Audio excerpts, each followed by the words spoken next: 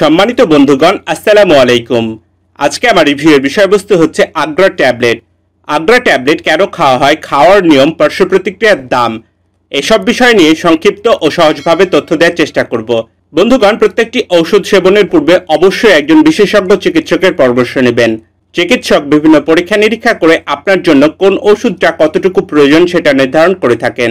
সুতরাং চিকিৎসকের পরামর্শ ছাড়া কোনো অবস্থাতেই কোনো ধরনের ঔষধ সেবন করা যাবে না।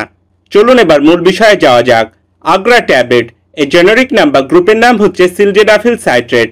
50 mg এবং 100 mg আকারে আগ্রা ট্যাবলেট বাজারে পাওয়া যায়। SKF pharmaceuticals limited Agra tablet তৈরি করে, যার প্রতি পিচের খুচরা মূল্য 50 mgর দাম 30 টাকা এবং 100 mgর দাম 50 টাকা।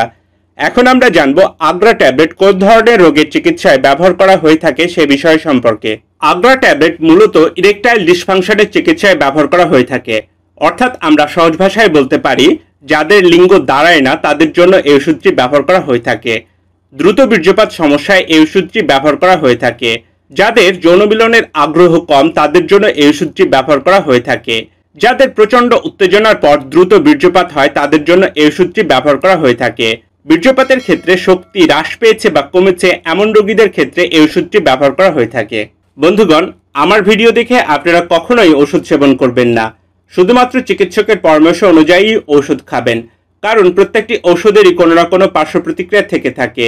আগ্রা ট্যাবলেটের পার্শ্ব প্রতিক্রিয়াগুলো হলো মাথা ব্যথা, মুখ লাল হয়ে যাওয়া, বদহজম, মূত্রনালী সংক্রমণ, অস্বাভাবিক দৃষ্টি, ডায়রিয়া, ফুসকুড়ি ও ঝিমুনি ভাব।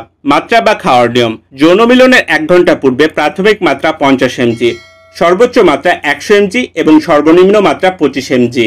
যৌন মিলনের আধা ঘন্টা পূর্বে এই ওষুধ খাওয়া যেতে পারে, এমনকি যৌন মিলনের 4 ঘন্টা পূর্বে এই ওষুধ খাওয়া যেতে পারে।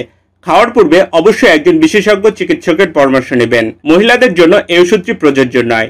সম্মানিত বন্ধুগণ, এই ওষুধ সম্পর্কে বিস্তারিত তথ্য পেতে ডেসক্রিপশন বক্সে মেডিসিন রিলেটেড ওয়েবসাইটের লিঙ্ক দেওয়া আছে, দেখার অনুরোধ রইল।